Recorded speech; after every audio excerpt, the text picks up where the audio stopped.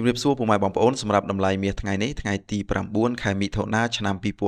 2025សម្រាប់តម្លៃមាសដុំមាសគីឡូទីផ្សារអន្តរជាតិថ្ងៃនេះមានតម្លៃ$3,314ក្នុង1អោន$16558ក្នុង1គីឡូក្រាម$4,027ក្នុង1តម្លឹង$402ក្នុង1ជីបាទនេះគឺជាតម្លៃមាសនៅលើទីផ្សារអន្តរជាតិសម្រាប់ថ្ងៃទី9ខែមិថុនាឆ្នាំ